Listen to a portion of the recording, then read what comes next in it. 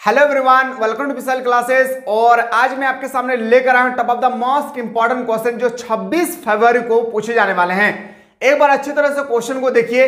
इससे पहले मैंने आप लोगों को 2 लेक्चर ऑलरेडी प्रोवाइड कर चुका हूं। क्या करना है मेरे भाई, सबसे पहले आपको अपना यूट्यूब चैनल ओपन करना है। क्या कर रहा है, सबसे पहले अपना यूट्यूब चैनल आप ओपन कीजिए। अगर आप मिसाइल क्लासेस के चैनल को सब्सक्राइब किए हैं तो आपको डायरेक्ट मिल जाएगा। अगर आप सब्सक्राइब नहीं किए तो मेरे भाई सबसे पहले मिसाइल क्लासेस को आपको ओपन करना है। यूट्यूब चैनल को ओपन करने के बाद आप लोगों का पॉलिटिकल साइंस का आप लोगों ने काफी ज्यादा स्टूडेंट्स ने डिमांड कर रहे थे हम लोग को सब्जेक्टिव करवाइए। तो फाइनली मैं सब्जेक्टिव क्वेश्चन को भी मैंने आज बताया हूं। सब्जेक्टिव पेपर को बिल्कुल देखिए एकदम साधारण लैंग्वेज में, जिस तरह से बच्चों को किस तरह से समझाया जाता है ना, उसी तरह से बच्चों की तरह मैं आप लोगों को यहाँ पे समझाया हूं। साथ ही साथ पॉलिटिकल साइंस का जो ऑब्जेक्टिव क्वेश्चन है इसको ना देखें, याद रखिएगा। ये आप लोगों का लेक्चर 2 था, लेक्चर 1 आपको यहाँ पे दिखेगी। तो लेक्चर 1, लेक्चर 2 और लेक्चर 3 2 अभी ऑब्जेक्टिव में बताया हूं, तीसरा सब्जेक्टिव है। फिर मैं आपको बता रहा हूं ऑब्जेक्टिव, याद रखिएगा मेरे भाई। फिर मैं बता रहा हूं ऑब्जेक्टिव, फिर इसके बाद मैं बताऊंगा आप लोगों का सब्जेक्टिव। बात रही सर आप लोगों का सीयूटी एग्जाम, क्या होता है मेरे भाई समझिएगा। आप लोग का होता है सीयूईटी एग्जाम। मेरे भाई सीयूटी एग्जाम की तैयारी इसी प्लेटफॉर्म पे फ्री ऑफ कॉस्ट, बिना पैसा के 1 टका नहीं लगेगा आप लोगों का। और वो भी नोट्स भी आप लोगों को मैं प्रोवाइड करूंगा। एक व्हाट्सएप ग्रुप बना दिया जाएगा, व्हाट्सएप ग्रुप का लिंक आज डिस्क्रिप्शन में दे दिया होगा, ठीक है। इस व्हाट्सएप ग्रुप के लिंक को बिल्कुल आप लोग ज्वाइन कर लेना। जो पहले से ज्वाइन है उनको और ज्वाइन नहीं करना है, याद रखिएगा। उस व्हाट्सएप ग्रुप के लिंक को आप लोग ज्वाइन कर लीजिएगा। जैसे हम लोग 26 तारीख को हम लोग का एग्जाम खत्म होगी, 27, 28, 29 छोड़ के हम लोग 1 तारीख से सीयूटी पेपर की तैयारी हम लोगों को एप्लीकेशन के माध्यम से नहीं बल्कि यूट्यूब चैनल पे फुल एंड फाइनल आप लोगों का बेहतरीन तरीके से तैयारी कराया जाएगा बिना पैसा का। साथ ही साथ आप लोगों को नोट्स भी प्रोवाइड किए जाएंगे। तो अपने अपने फ्रेंड को जरूर शेयर करें कि अगर सीयूईटी का अगर कोई पेपर देना चाहते हैं तो लोगों को बिल्कुल आकर इन्फॉर्म करें कि मिसाइल क्लासेस के एक छोटा सा फैमिली में हम लोगों के लिए सीयूटी के एग्जाम की तैयारी बिना पैसा का करवा रहे हैं, वो भी 100% सेलेक्टेड क्वेश्चन के साथ। जो भी आपका डोमेन पेपर होगा, जो भी आपका मैथमेटिक्स से होगा, जीके जीएस जो भी होगी, सारा चीज एकदम तबड़तोड़ तरीके से 3 टाइम क्लास होगी। एक मॉर्निंग टाइम, एक दोपहर टाइम, और दोपहर का समय सोना नहीं है, ठीक है, क्योंकि अब सोने का समय आ गया, सोना नहीं है, याद रखिएगा मेरे भाई, याद रखिएगा सोना नहीं है। फिर शाम को हम लोग करेंगे 7 बजे, मतलब एक दिन में मैं आप लोगों को 3 क्लास करवाऊंगा। टेंशन नहीं लेना, जितना ज्यादा हो सके अपने दोस्तों को शेयर कीजिएगा, ठीक है। तो चलिए आज हम लोग क्वेश्चन को स्टार्ट करें। और देखिए भाई एक बात मैं बता दूं, भले हम लोग, याद रखिएगा, भले हम लोग का जीवन गरीबी में गुजरा है, हम लोगों का जीवन भले ही गरीबी में गुजरा है, पर हमारे अपने माता पिता जो होते हैं, हमारे पेरेंट्स जो है, उन लोगों को एक दिन जरूर सरकारी गाड़ी में घुमाएंगे। ये दिल में ठान लीजिए कि मेरे अगर जिंदगी गरीबी में गुजरी है तो माता पिता का जिंदगी गरीबी में गुजरना नहीं चाहिए। मैं आज अगर ऑटो रिक्शा में जा रहा हूं तो मेरे माता पिता सरकारी वाहन में जैसे जाएं। इस तरह से मेहनत कीजिए, बहुत मजा आएगी, ठीक है। सोचिएगा वो दिन कैसा होगा, वो मंजर कैसे होगी मेरे भाई, जब आप कामयाबी हासिल कर लेंगे और उसके बाद आपके माता पिता आपके पीछे बैठे होंगे और उसे गर्व महसूस होगा, क्या मैंने चीज पाला है, क्या मैंने बैंक बैलेंस बनाया है मेरे भाई। ये आप एक बैंक बैलेंस है आपके माता पिता का, ठीक है। तो चलिए अपना माता पिता का आरजू को, सपना को, ड्रीम को पूरा करने की पूरा लगन के साथ कोशिश कीजिए, क्योंकि हम लोगों को भी एक दिन इस स्टेज से गुजरना होगा, है ना। चलिए सर पहला क्वेश्चन है, और मिसाइल क्लासेस के परिवार ना हमेशा आप लोगों का सपोर्ट में होंगे, हमेशा 24 घंटा। याद रखिएगा 247 जो राइफल का नाम सुने ना मेरे भाई, 247 राइफल वही है। अब मिसाइल क्लासेस 24 घंटा 7 दिन आप लोगों को हेल्प करने के लिए तैयार है, ठीक है। शीत युद्ध कब समाप्त हुई थी, पहले हम लोग सुनते हैं मेरे भाई शीत युद्ध कब समाप्त हुई थी, बाद में देखते हैं। पहले 1914 से लेकर 1918 में हुआ था प्रथम विश्व युद्ध। दूसरा विश्व युद्ध की मैं बात करूं तो याद रखिएगा, डिटेल से समझिए, मैं एक्सप्लेन कर रहा हूं, उसको समझना चाहिए, ठीक है। 1939 से 1945। अब जैसे 1945 में द्वितीय विश्व युद्ध समाप्त हुआ था, ठीक इसी समय शीत युद्ध की शुरुआत हो गई थी। क्या मेरा है, 1945 में शीत युद्ध की शुरुआत हो गई थी। अब शुरुआत तो हो गई है, लेकिन जिस चीज की शुरुआत होती है उसका खत्म भी होता है, यस या नो। जिस चीज के हम लोग को क्या कर स्टार्ट करते हैं उसका एंड पोजीशन भी आता है। अब क्या हुआ, द्वितीय विश्व युद्ध समाप्त हो गई थी, उसके बाद शीत युद्ध का शुरू हुआ। उसके बाद 1951 को याद रखिएगा सोवियत संघ का विघटन हो गया। किसका, सोवियत संघ यानी रूस का विघटन हो गया, और उसी समय शीत युद्ध का भी समाप्त हो गई थी। तो बोल सकते सर ऑप्शन नंबर सी इसका राइट आंसर होगा। क्वेश्चन को जब मैं एक्सप्लेन कर रहा हूं ना, समझते रहिएगा। पहला गुटनिरपेक्ष सम्मेलन कहां हुआ था? बेलग्रेड में। लेकिन कब हुआ था? अगर आपसे पूछा जाएगा 1961 को। याद रखिएगा, एक एक क्वेश्चन को समझना चाहिए, है ना। चलिए सर अगला क्वेश्चन पे आते हैं। किस देश ने नाटो में, आप लोगों को याद रखिएगा, नॉर्थ अटलांटिक ट्रेटी ऑर्गेनाइजेशन की स्थापना 1949 को हुई थी। अमेरिका नेतृत्व का विरोध किया था, किसने विरोध किया था? तो बताएंगे सर फ्रांस ने। याद रखिए क्या जगह? फ्रांस ने। ऑप्शन नंबर आपका डी इसका राइट आंसर हो जाएगी। क्वेश्चन नंबर 4 है, बॉल्शेविक क्रांति का नेतृत्व किसने किया था? जो बॉल्शेविक क्रांति है इसका नेतृत्व करने वाले कौन थे? तो बताएंगे सर लेनिन। क्या हो जाएगा मेरे दोस्त? लेनिन। याद रखिएगा सीयूटी पेपर के लिए एकदम आप लोग तैयार रहिए, ठीक है। शॉक थेरेपी, सबसे पहले आपको मैं बता दूं, शॉक थेरेपी को साधारण लैंग्वेज में अगर आपसे पूछा जाएगा किसे कहते हैं, तो मैं देहाती लैंग्वेज में बात करूं। मैंने मान लेते हैं आपका मेरा झगड़ा हो गया, मेरे भाई मैं तो पहले कहूंगा कभी भी मेरे साथ किसी का झगड़ा ना, आपका नहीं, दुनिया किसी के साथ भी नहीं, ठीक है। याद रखिएगा, अगर मान लेते मेरा और आपका झगड़ा हो गया और मैं आपको 2 तमाचा मार दिया और आपके मुंह से ब्लड आने लगा, ठीक है। अब क्या हुआ कि मैं ही आपको उठा करके हॉस्पिटल पहुंचाया, उसका उपचार करवाया, पैसा जितना लगा मैं अपने पॉकेट से दिया। तो याद रखिएगा, मारने के बाद मैं क्या कर रहा हूं? आपको उपचार कर रहा हूं। क्या कर रहा हूं? आपको क्या कर रहा हूं? मैं आपको सेवा कर रहा हूं। तो इसी को हम लोग शॉक थेरेपी कहते हैं, याद रखिएगा, ठीक है। साधारण भाषा में शॉक थेरेपी की जो अपनाया गया था ना, वो अपनाया गया था 1990 को। कब? 1990 को। ऑप्शन नंबर हम लोग का बिल्कुल सही हो जाएगी बी। क्वेश्चन नंबर आते हैं 6 में, मिखाइल गोर्बाचेव कम्युनिस्ट पार्टी के महासचिव कब बने? तो याद रखिएगा 1985 में। क्या हो जाएगा मेरे भाई? 1985 में गठन का स्थापना हुआ था सार्क। क्या मेरे भाई? सार्क की स्थापना हुई थी 1985 में। चलिए सर अगला क्वेश्चन पे आते हैं। टारगेट बनाइए मेरे भाई, टारगेट याद रखिएगा 30 में से 30 लाना है। अमेरिका के विश्व व्यापार केंद्र पर आक्रमण कब हुआ? तो बताएंगे सर 11 सितंबर 2001 को। क्या जगह? 11 सितंबर 2001 को। क्वेश्चन नंबर नेक्स्ट पे आते हैं सर, क्वेश्चन नंबर 8 है, अमेरिकी वर्चस्व का कारण है। इसमें आपको बताना है अमेरिकी वर्चस्व का, अमेरिका वर्चस्व का मतलब क्या होता है पता है? दब दबा। क्या? दब दबा। मेरे भाई समझेगा, याद रखिएगा, अमेरिका वर्चस्व, अमेरिका का दबदबा का कारण क्या था? अमेरिका एक समय था जब द्वितीय विश्व युद्ध आपका सोवियत संघ का विघटन हुआ था, उस समय पूरे विश्व में अगर कोई देश उभर कर सामने आया था तो वह है अमेरिका। तो अमेरिका के पास पावर, दबदबा कैसे आया था? उसके पास बहुत सारे सैन्य शक्ति था, बहुत सारे सोल्जर थे, मिलिट्री थे, उसकी ढांचा शक्ति बहुत अच्छी थी। पॉइंट नंबर 3, इसकी सांस्कृतिक भी शक्ति बहुत अच्छी थी। बोल सकते हैं इस तरह से हम लोग ऑप्शन नंबर डी इसका राइट आंसर हो जाएगी। क्वेश्चन ऐसा है, क्वेश्चन नंबर 9 कि कंप्यूटर युद्ध किसे कहा जाता है? जो कंप्यूटर युद्ध है, याद रखिएगा, इसके बारे में आपके पेपर में 3 मार्क्स का एक क्वेश्चन आएगा। कंप्यूटर युद्ध क्या है? या तो प्रथम खाड़ी युद्ध, दोनों सेम है, जैसे हम लोग पानी, जल, नीर, तोय बोलते हैं ना, एक ही सामान को अलग अलग नाम से जानते हैं, ठीक इसी तरह से याद रखिएगा प्रथम खाड़ी युद्ध को हम लोग, याद रखिए मेरे भाई, कंप्यूटर युद्ध के नाम से जानते हैं, ठीक है। तो प्रथम खाड़ी युद्ध क्या जाएगी? प्रथम खाड़ी युद्ध। ऑप्शन नंबर सी इसका राइट आंसर होगा। मैं बेहतरीन तरीके से समझाऊंगा प्रथम खाड़ी युद्ध क्या है। खुले द्वार की नीति को किसने अपनाया था? तो बताएंगे सर खुले द्वार की नीति को चीन ने अपनाया था। किसने मेरे दोस्त? चीन। ऑप्शन नंबर बी इसका बिल्कुल सही उत्तर हो जाएगी। क्वेश्चन नंबर आते हैं सर 11, किस देश के अंडगा के कारण भारत परमाणु आपूर्ति समूह NSG का सदस्य नहीं बन पाया? तो बताएंगे सर हो जाएगी चीन। क्या हो जाएगा मेरे भाई? चीन। अगर आपके घर में कोई भी स्टूडेंट्स क्लास 11 में है मेरे भाई, तो उन लोगों को इन्फॉर्म कर दीजिए मिसाइल क्लासेस के एप्लीकेशन के माध्यम से, उनको बोलिए प्ले स्टोर से मिसाइल क्लासेस के एप्लीकेशन को डाउनलोड करें और क्लास 11 के एग्जाम खत्म होते ही क्लास 12 का भी तैयारी शुरू करा दिया जाएगा, एकदम मिनिमम से मिनिमम फी में। क्योंकि हमारा मकसद है मेरे भाई, मैं झारखंड को एक ऐसा स्टेज में पहुंचाना चाहूंगा जो गरीब से गरीब बच्चा जो पढ़ाई पैसा के कारण नहीं कर पाते, मैं ऐसे ऐसे बच्चों को पढ़ाना चाह रहा हूं, ताकि education is the very necessary of human life. Education इतना, अभी तो हम लोग को समझ में नहीं आ रहा है, एजुकेशन एक इतना बेहतरीन मेरे भाई, इतना कंपलसरी, इतना अनिवार्य शिक्षा है मेरे भाई, कि अभी तो हम लोग को पता नहीं चल रहा। आने वाला काल में, आने वाला आज से 5 साल 10 साल 15 साल जब बीत जाएंगे ना, तब हमें एहसास होगा काश में और थोड़ा सा पढ़ लेता। इसलिए बाद में पछताने से बेहतर है उनको बताएं कि अभी जमकर तैयार कीजिए।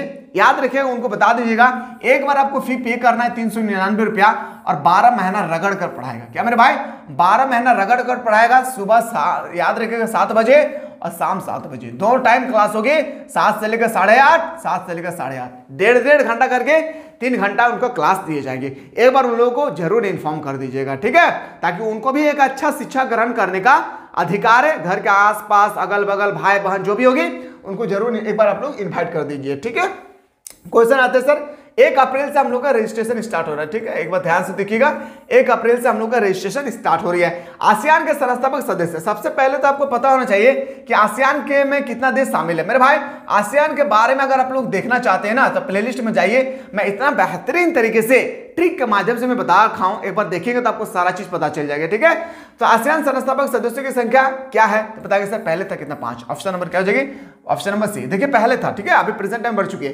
अंतरराष्ट्रीय न्यायालय कहां स्थित है, अंतरराष्ट्रीय न्यायालय का जो मुख्यालय है मेरे भाई, अंतरराष्ट्रीय इंटरनेशनल कोर्ट, याद रखिएगा, न्यायालय इंटरनेशनल कोर्ट, याद रखिएगा, आईसी इंटरनेशनल कोर्ट का जो मुख्यालय है वह है हैग में, द हैग। कहां मेरे भाई, द हैग, याद रखिएगा, द हैग कहां पे है, नीदरलैंड, कहां मेरे भाई, नीदरलैंड में है, याद रखिएगा कहां पे है, नीदरलैंड में है। ऑप्शन नंबर ए इसका राइट आंसर हो जाएगी। क्वेश्चन नंबर नेक्स्ट पे आते हैं सर, एक ध्रुवीय विश्व में संयुक्त राष्ट्र संघ पर किस देश का सबसे अधिक प्रभाव रहा तो बताएंगे सर, संयुक्त राज्य अमेरिका। अच्छा, इसके बारे में थोड़ा सा चर्चा कर ले हम लोग। यूनाइटेड नेशन ऑफ ऑर्गेनाइजेशन, इसका मुख्यालय न्यूयॉर्क में है। मैं जितना बता रहा हूं ध्यान से देखिएगा। इसका स्थापना अगर आपसे पूछा जाएगा 24 अक्टूबर 1949 को हुई थी, ठीक है। इसका अंग की संख्या पूछा जाएगा, कितना अंग है तो बताएंगे सर 6 अंग है, ठीक है। एक एक को ध्यान से देखना है, ठीक ना। चलिए सर, क्वेश्चन नंबर नेक्स्ट पे आते हैं, पर्यावरण की सुरक्षा के लिए, और आज रात 6 बजे आप लोगों का याद रखिएगा सब्जेक्टिव का क्लास होगी। पर्यावरण की सुरक्षा के लिए पहला अंतर्राष्ट्रीय सम्मेलन कहां हुआ था, याद रखिएगा स्टॉकहोम में। कहां मेरे भाई, स्टॉकहोम में। ऑप्शन नंबर डी इसका राइट आंसर हो जाएगी। ग्रीन हाउस गैस संबंधित है, जो ग्रीन हाउस गैस है वो वैश्विक ताप वृद्धि से है, क्या मेरे भाई, वैश्विक ताप वृद्धि से ग्रीन हाउस गैस, याद रखिएगा 16 सितंबर, क्या मेरे दोस्त, याद रखिएगा 16 सितंबर को हम लोग मनाते हैं क्या तो बताएंगे सर ग्रीन हाउस गैस। अगला क्वेश्चन पे आते हैं, वैश्वीकरण की किस विचारधारा पर आधारित है, वैश्वीकरण किस विचारधारा पर आधारित है, उदारवाद, क्या हो जाएगा मेरे भाई, उदारवाद। ऑप्शन नंबर बी इसका राइट आंसर हो जाएगी। भारत में किस प्रधानमंत्री ने आर्थिक उदारीकरण को शुरू किया है, भारत में कौन से ऐसे प्रधानमंत्री है जिन्होंने आर्थिक उदारीकरण को शुरू किया था, पीवी नरसिंह राव ने। किसने मेरे भाई, PV Narasimha Rao. Option number D इसका राइट आंसर हो जाएगी। राष्ट्रीय निर्माण की सबसे बड़ी समस्या थी, राष्ट्रीय निर्माण की जो सबसे बड़ी समस्या थी ना वह है देसी रियासत, क्या थे मेरे भाई, देसी रियासत है। ऑप्शन नंबर क्या आ जाएगी, ऑप्शन नंबर, जब भारत का गठन हो रही थी ना, भारत का जब संविधान बनाया जा रहा था तो उस समय 2 शहर था, एक हैदराबाद और एक जूनागढ़। पूरे देखिए पहले, अभी तो हम लोग का कितना राज्य है अभी बताइए, अभी हम लोग भारत में 28 राज्य है, लेकिन जब भारत गठन नहीं हुआ था ना, भारत का जब संविधान बना नहीं था उस समय भारत में कितना राज्य था पता है, 4 वो राज्य का नाम था पता है क्या, A B C D, ठीक है। इसके अंदर में सारे शहर होते थे, याद रखिए। इन सबको मिलाने के बाद 28 राज्य और 7-8 केंद्र शासित प्रदेश बनाया गया है। लेकिन यहाँ पे 2 शहर थी, जूनागढ़ और आप लोगों का हैदराबाद। जूनागढ़ और हैदराबाद सारा शामिल हो गया था, लेकिन जूनागढ़ और हैदराबाद कह रहे थे क्या, मैं अलग से एक देश बनाऊंगा। तो याद रखिएगा मेरे भाई, बीपी मेनन और सरदार वल्लभ भाई पटेल ने उन लोगों को समझाया, वहां के पहले राजा हुआ करता था, उनको समझाया कि देखिए देश में मिल जाइए। उन्होंने प्रमाण पत्र में हस्तक्षेप कर दिए, ठीक है, जनमत में हस्तक्षेप कर दिए और उन्होंने कहा ठीक है मैं भारत का नियम का पालन करूंगा। याद रखिएगा इस तरह से देसी रियासत, भारत के जब राष्ट्रीय निर्माण हो रहे थे ना, सबसे बड़ा जो अगर चुनौती आई थी वो है देसी रियासतें। ऑप्शन नंबर क्या हो जाएगी, इसका राइट आंसर हो जाएगी। आते हैं सर क्वेश्चन नंबर नेक्स्ट पे आते हैं, किस ब्रिटिश योजना द्वारा भारत के विभाजन का प्रस्ताव किया गया तो बताएंगे सर, इसका राइट आंसर होगा माउंटबेटन योजना। क्या हो जाएगी मेरे भाई, माउंटबेटन योजना, याद रखिएगा मेरे शेर शेरनियों। आते हैं सर, भारत के किस राज्य में तेलुगु देश पार्टी सक्रिय है तो बताएंगे सर, इसका राइट आंसर हो जाएगी, बताएंगे सर आंध्र प्रदेश। क्या हो जाएगी, Andhra Pradesh. Option number B इसका सही उत्तर हो जाएगा। आते हैं सर क्वेश्चन नंबर हम लोग का 22, भारत में चुनाव कराने के लिए कौन उत्तरदायी है, भारत में चुनाव कराने के लिए कौन उत्तरदायी होती है, भारत का चुनाव आयोग। कौन हो जाएगी मेरे भाई, भारत का चुनाव आयोग चुनाव कराने में दायित्व रखते हैं। ऑप्शन नंबर डी इसका राइट आंसर हो जाएगा। 23 पे आते हैं, भारतीय जनता पार्टी के प्रथम अध्यक्ष कौन थे, भारतीय जनता पार्टी के प्रथम अध्यक्ष अटल बिहारी वाजपेयी। याद रखिए मेरे भाई, क्या हो जाएगी, अटल बिहारी वाजपेयी। ऑप्शन नंबर हम लोग का बिल्कुल सही उत्तर हो जाएगी बी। इसके बाद हम लोग का क्लास होगी सब्जेक्टिव। सब्जेक्टिव बहुत इंपॉर्टेंट है, अब मैं सब्जेक्टिव एकदम साधारण भाषा में समझाने की कोशिश करूंगा। समाजवादी नेता थे, समाजवादी नेता कौन थे, याद रखिएगा Narendra Dev, Jayaprakash Narayan, Raja Ram Mohan Lohia. Option number D इसका राइट आंसर हो जाएगी। क्वेश्चन नंबर नेक्स्ट पे आते हैं 25 है, मेक इन इंडिया का नारा किसने दिया था, याद रखिएगा मोदी जी ने दिया था। क्या, मेक इन इंडिया, क्या मेरे भाई, मेक इन इंडिया की नारा दिया था मोदी जी ने। ऑप्शन नंबर क्या हो जाएगी, आपका बिल्कुल सही उत्तर हो जाएगा। अगला क्वेश्चन आते हैं, किस पंचवर्षीय योजना में बड़े उद्योग को प्राथमिकता दी गई थी? कौन सा पंचवर्षीय योजना था? दूसरी पंचवर्षीय योजना। क्या मेरे भाई? दूसरी पंचवर्षीय योजना। अच्छा, आप लोग सुने होंगे ना, जमशेदपुर स्टील प्लांट सुने हैं ना, या तो टाटा स्टील प्लांट सुने होंगे, बोकारो स्टील प्लांट साइड होगा, ठीक है। उसके बाद Rourkela steel plant, Bhilai steel plant और दुर्गापुर स्टील प्लांट इसी पंचवर्षीय योजना के तहत किया गया था। सॉरी, यही दूसरी पंचवर्षीय योजना के तहत किया गया था। लेकिन बात को गौर कीजिएगा, जो जमशेदपुर हो या टाटा स्टील प्लांट हो, या हम लोग बोल सकते हैं, याद रखिएगा, जो हम लोग जमशेदपुर में जो टाटा स्टील कंपनी है मेरे भाई, उसकी स्थापना, भारत में तो 4 स्टील कंपनी सबसे बड़ा है आपका। एक हो गया सर राउरकेला, एक हो गया भिलाई छत्तीसगढ़ में, राउरकेला उड़ीसा में, दुर्गापुर स्टील प्लांट कहां पे है मेरे भाई? तो बताएंगे सर पश्चिम बंगाल में। एक है सर जमशेदपुर स्टील प्लांट, याद रखिएगा, टाटा स्टील प्लांट बोलते हैं ना हम लोग, याद रखिएगा, वो कहां है? झारखंड में। तो तीनों का स्थापना द्वितीय पंचवर्षीय योजना के तहत हुई थी, लेकिन इसकी स्थापना नहीं हुई थी। ये भी आपको गौर करना है, ठीक है। चलिए क्वेश्चन नंबर नेक्स्ट पे आते हैं। क्वेश्चन नंबर नेक्स्ट 27 है, नीति आयोग का गठन कब हुआ था? नीति आयोग का गठन हुआ था मेरे भाई 1 जनवरी 2015 को। पहले इस योजना का नाम क्या था मेरे भाई? योजना, क्या? योजना आयोग। मोदी जी ने योजना आयोग को नीति आयोग में चेंज कर दिया। मोदी जी ने योजना आयोग का नाम बदलकर, याद रखिएगा, कई बार ये क्वेश्चन पूछा गया कि योजना आयोग का नाम बदलकर क्या रखा गया? तो बताएंगे सर नीति आयोग। योजना आयोग का गठन कब हुआ था? 1950 में। अगर आपसे पूछा जाएगा नीति आयोग का अध्यक्ष कौन होता है, तो खुद के बताएंगे, क्या खुद के बताएंगे? प्रधानमंत्री। याद रखिए मेरे भाई, कौन आ जाएंगे? प्रधानमंत्री। नीति आयोग हो, योजना आयोग हो, इसकी अध्यक्षता अगर पूछी जाएगी तो बताएंगे सर इसका अध्यक्षता हो जाएगी कौन? नरेंद्र मोदी, यानी प्रधानमंत्री। आगे क्वेश्चन पे आते हैं। क्वेश्चन नंबर 28, 1971 के आम चुनाव में इंदिरा गांधी ने कौन सा नारा दिया था? गरीबी हटाओ। क्या मेरे भाई? गरीबी हटाओ। इसके बारे में थोड़ा सा देखते हैं, कौन सी योजना में दिया था? 5वीं पंचवर्षीय योजना में, याद रखिएगा, यह नारा दिया था। गरीबी हटाओ का नारा इंदिरा गांधी ने दिया था। किस पंचवर्षीय योजना के तहत? तो बताएंगे सर 5वीं पंचवर्षीय योजना में इंदिरा गांधी ने कहा था गरीबी हटाओ का नारा दिया था। ऑप्शन नंबर 20 का बिल्कुल सही उत्तर हो जाएगी। जय जवान जय किसान जय विज्ञान का नारा दिया था मेरे भाई अटल बिहारी वाजपेयी। जय जवान जय किसान का नारा दिया था लाल बाबा साहब। याद रहे, लाल क्या मेरे भाई? लाल बहादुर शास्त्री जी ने। याद रखिए, क्या जगह? लाल बहादुर शास्त्री जी ने दिया था। क्या मेरे दोस्त? याद रखिएगा, लाल बहादुर शास्त्री ने नारा दिया था क्या? जय जवान जय किसान। जय जवान जय किसान जय विज्ञान के नारा दिया था अटल बिहारी वाजपेयी ने। क्वेश्चन को रोटेट करेगी, एग्जाम में अगर क्वेश्चन को घुमाएंगे ना तो डरना नहीं है, डर के आगे जीत है मेरे भाई। याद रखिएगा, मैं फिर से कह रहा हूं, CUET का पेपर की तैयारी, याद रखिएगा, PA, याद रखिएगा मेरे भाई, पेपर की तैयारी आप लोगों को फ्री में, मटेरियल, याद रखिएगा, मटेरियल मतलब PDF, क्लास, सारा चीज आप लोगों को भरपूर इसी YouTube चैनल पे भरपूर तरीके से आप लोगों को प्रोवाइड किए जाएंगे। तो बिल्कुल आप लोग इस प्लेटफॉर्म से जुड़े रहे, जितना ज्यादा हो सके आगे शेयर कीजिएगा। उसके बाद CUET एग्जाम के बाद आप कोई भी ऑनर्स पेपर लेते हैं, इसकी तैयारी इसी चैनल पर आप लोगों को कराई जाएगी। कौन सा यूनिवर्सिटी चूज करना है वो भी आप लोगों को मैं बता दूंगा, ठीक है ना। सबसे इंपॉर्टेंट बात है ना सर, CUET का रजिस्ट्रेशन कब से स्टार्ट होगी? तो रजिस्ट्रेशन से रिलेटेड और सिलेबस से रिलेटेड अगर आप लोग चाहते हैं सर एक सेपरेट सा वीडियो होना चाहिए, 27 तारीख को मैं बताऊंगा। क्या मेरे भाई? कोशिश करूंगा 27 तारीख को। CUET का रजिस्ट्रेशन कब से होगी, कितना पैसा लगेगा, उसके बाद CUET एग्जाम की सिलेबस जो है पूरा कैसे कंडक्ट करा जाएगा एग्जामिनर, वो भी मैं आपको पूरा डिटेल्स में बताने की कोशिश करूंगा, लाइव दिखाऊंगा, ठीक है। देशी रियासतों के शासकों को दिए जाने वाला प्रीवी पर्स किस वर्ष समाप्त कर दिया गया था? तो बताएंगे सर 1971 में। कब? 1971। प्रीवी पर्स क्या है इसके बारे में हम लोग सब्जेक्टिव में समझेंगे। 1970 में जनता पार्टी शासन में कौन प्रधानमंत्री बना था? बोलेंगे सर मोरारजी देसाई, मर गया देसाई, याद रखिएगा, Morarji Desai. Option number C इसका राइट आंसर हो जाएगी। संपूर्ण क्रांति का नारा किसने दिया था? जयप्रकाश नारायण ने संपूर्ण क्रांति का नारा दिया था। जयप्रकाश नारायण जी ने कहा था, संपूर्ण क्रांति का नारा दिया था।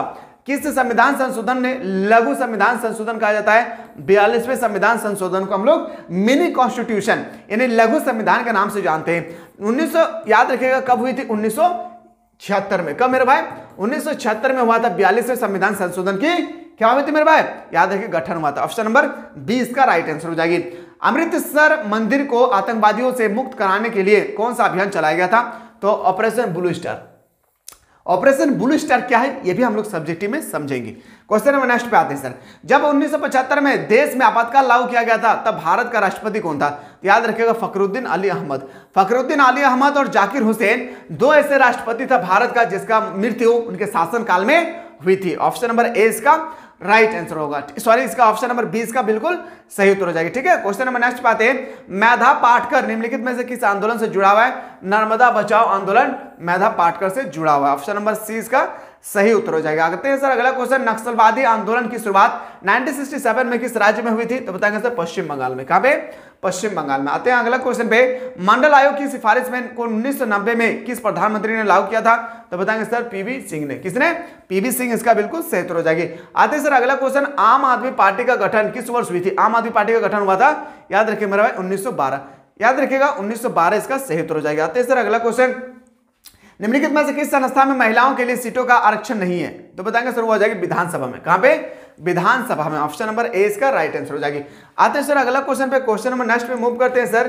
क्वेश्चन नंबर नेक्स्ट पे मूव करने से पहले मैं बता दूं आप लोगों को सब्जेक्टिव क्लास के लिए कितने से स्टूडेंट्स है जो आप लोग तैयार है, एक बार आप लोग कमेंट सेक्शन खुला हुआ है, कमेंट करना भूलिएगा। मिलते हैं इसी तरह से नेक्स्ट वीडियो में।